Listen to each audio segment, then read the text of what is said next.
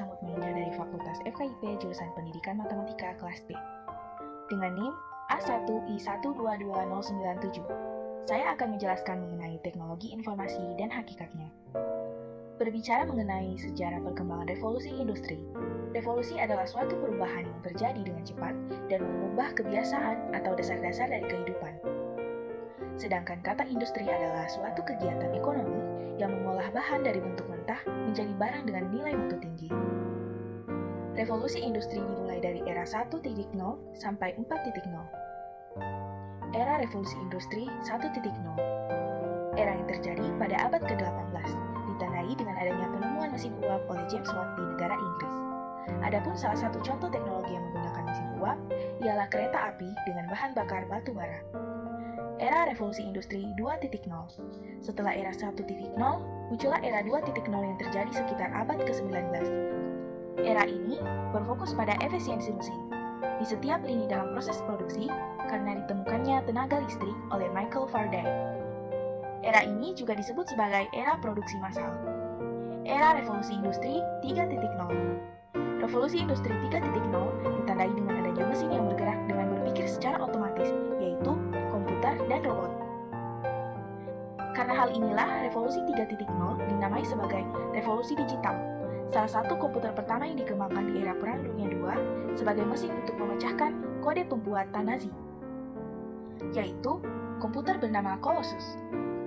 Colossus adalah komputer yang tidak mempunyai RAM dan tidak bisa menerima perintah dari manusia melalui keyboard, apalagi touchscreen.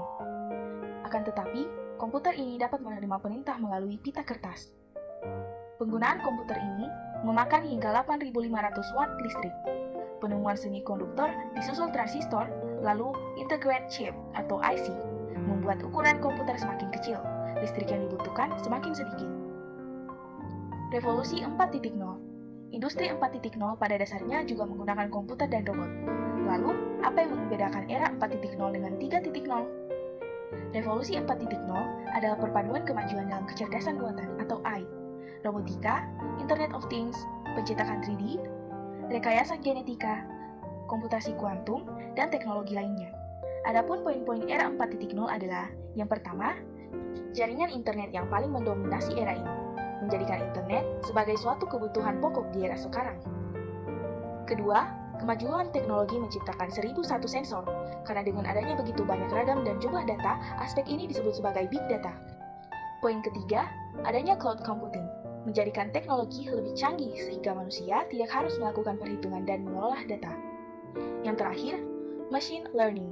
Mesin ini memiliki kemampuan untuk belajar dan bisa sadar bahwa dirinya melakukan kesalahan sehingga dapat melakukan koreksi dengan tepat.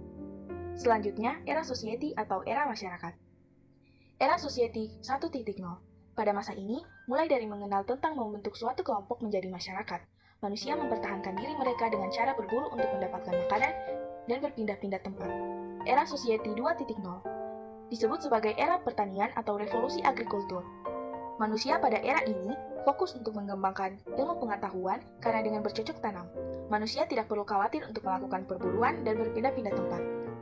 Era society 3.0. Dengan ilmu pengetahuan yang ada, manusia mulai membangun pabrik dengan memproduksi sesuatu untuk memenuhi kebutuhan manusia. Era society 4.0. Ilmu pengetahuan dan teknologi semakin berkembang, membuat manusia mengenal komputer hingga internet. Era society 5.0. Era ini merupakan penyempurnaan dari society 4.0, di mana teknologi menjadi bagian dari manusia itu sehari-hari. Era ini menekankan kehidupan terintegrasi, mudah, dan cepat. Melangkah pada hakikatik. Hakikatik ialah makna paling mendasar dari TIK.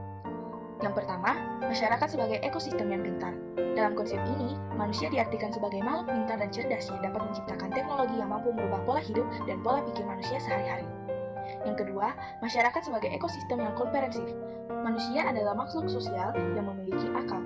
Hal ini menjadikan manusia ingin tahu akan berbagai hal, sehingga mampu meneliti dan menciptakan teknologi yang berguna untuk kehidupan dan kebutuhan. Yang ketiga, interaksi, inovasi dengan well-being. Hakikat yang satu ini merujuk tentang konsep TIK yang tidak hanya inovatif dan kreatif, akan tetapi semua itu harus dijalani dengan santai dan menyenangkan agar manfaatnya lebih terasa. Adapun pilar-pilar hakikat TIK revolusi industri 4.0 sebagai berikut.